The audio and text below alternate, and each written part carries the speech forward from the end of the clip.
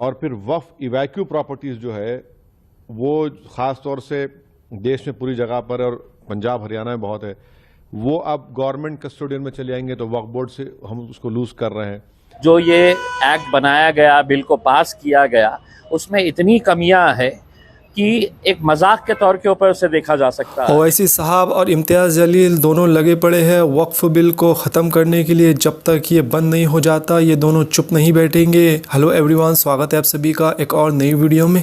तो जैसा कि कुछ दिन पहले वक्फ अमेंडमेंट बिल को पास कर दिया गया था और इसी के साथ में मुसलमानों के बीच में निराशा देखने को मिल रही थी, लेकिन जो बड़े बड़े दिग्गज हैं मुसलमानों में जैसे कि असदुद्दीन अवैसी, इम्तियाज़ जलील, ये सब चुप नहीं बैठे थे। लेकिन पास होने के बाद में भी मुसलमानों ने और इसी के साथ में इतना ज़्यादा इसको एक्सपोज किया गया, इतना ज़्यादा इसके ख़िलाफ़ आवाज़ उठाया गया है कि अभी फिर दोबारा से वक्फ अमेंडमेंट बिल के ख़िलाफ़ सुप्रीम कोर्ट में पेटिशन फाइल की गई थी। और इसी पर बात करते हुए बैरिस्टर असदुद्दीन अवैसी साहब और इम्तियाज़ जलील ने क्या कहा है, पहले तो आप उनका वीडियो देख लीजिए, उसके बाद हम बात करते हैं। इंटरिम ऑर्डर है, इससे हटकर हम इसको कॉशियसली देखते हैं। क्यों देखते हैं? क्योंकि इसमें करीब 45-48 अमेंडमेंट्स हैं। एक अमेंडमेंट ऐसा है कि अभी जब हम बात कर रहे हैं लिमिटेशन एक्ट अप्लाई हो रहा है, तो जितने लोग लैंड ग्रैबर्स हैं या एंक्रोचर्स हैं वो मालिक बन रहे हैं। और फिर वक्फ इवैक्यू प्रॉपर्टीज़ जो है वो ख़ास तौर से देश में पूरी जगह पर और पंजाब हरियाणा में बहुत है, वो अब गवर्नमेंट कस्टोडियन में चले आएंगे। तो वक्फ बोर्ड से हम उसको लूज कर रहे हैं। तीसरा यह है कि सेक्शन 2 में जो ट्रस्ट एक्ट है, जो सुप्रीम कोर्ट ने अपने जजमेंट में कहा था कि वो वक्फ की प्रॉपर्टी है, गवर्नमेंट ने सेक्शन 2 के जरिए पूरे ट्रस्ट को निकाल दिया वक्फ से। और इसका पहला फायदा होगा देश के सबसे बड़े दौलतमंद आदमी को, जिसने खोजा ऑर्फनेज पर अपना घर तामीर किया था, जिसका केस अभी सुप्रीम कोर्ट से है। तो सेक्शन 2 से उसको फायदा होगा। पूरे जो वक्फ जो ट्रस्ट है, देखिए आज जो सुप्रीम कोर्ट का फैसला आया है हम उसका स्वागत करते हैं।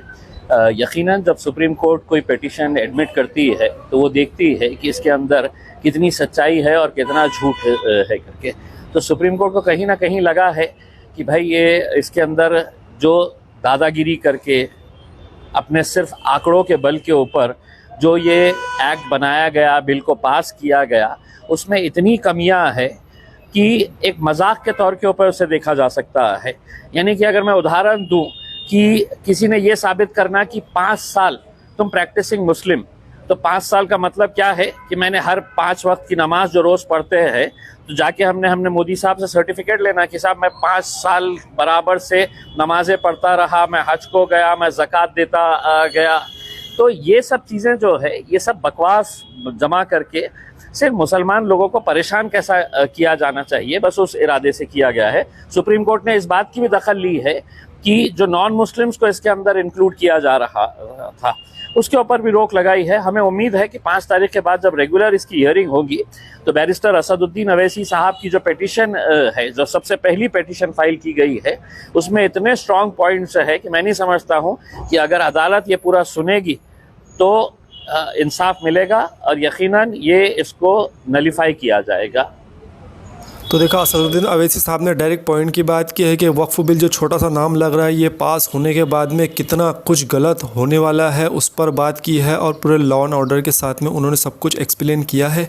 और ये वक्फ बिल के ख़िलाफ़ सबसे ज़्यादा अगर किसी ने आवाज़ उठाई है ख़ास करके मुसलमानों की तरफ से तो वो बैरिस्टर असदुद्दीन अवैसी साहब ही है। उसके बाद में नाम आता है इम्तियाज़ जलील का, उन्होंने भी बहुत अच्छे से इसके ख़िलाफ़ बताया है। और इम्तियाज़ जलील ने भी इस वक्फ बिल के ख़िलाफ़ बात करते हुए कहा है कि जो सुप्रीम कोर्ट में पिटीशन फाइल की गई थी उसको सुप्रीम कोर्ट ने एक्सेप्ट कर लिया, यानी कि अब इस वक्फ बिल के रिजेक्ट होने के चांसेस अब बढ़ चुके हैं।